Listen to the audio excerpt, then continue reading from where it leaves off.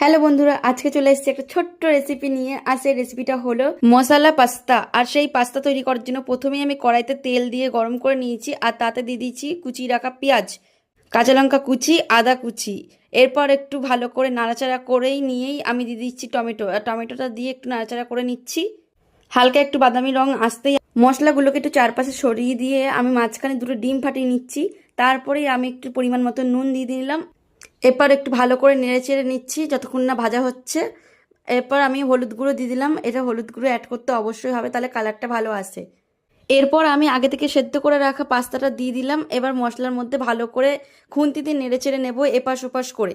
আর জানো তো, এই পাস্তাটা আমি রেডি করেছিলাম আমি আমার মামার বাড়িতে। আমি তখন বাড়িতে ছিলাম না, এটা বেশ কিছুদিন হয়ে গেছে ভিডিওটা করেছিলাম। আজ ভিডিওটা দেখে মনে হলো কিছুটা তোমাদের সাথে শেয়ার করি। আর এটা হলো আমার ছোট মামার মেয়ে। আর আমি প্রথমেই ওকেই দিয়ে দিয়েছিলাম খেতে, আর ওকে খাওয়ার সময় জিজ্ঞাসা করছিলাম কেমন হয়েছে বাবু, দিয়ে ও বলছে খুব ভালো। আর এখানে এরা সবাই খাচ্ছিল আর আমরা খেতে থাকি। তোমরা ততক্ষণ চ্যানেলটা সাবস্ক্রাইব করে নিও। টাটা।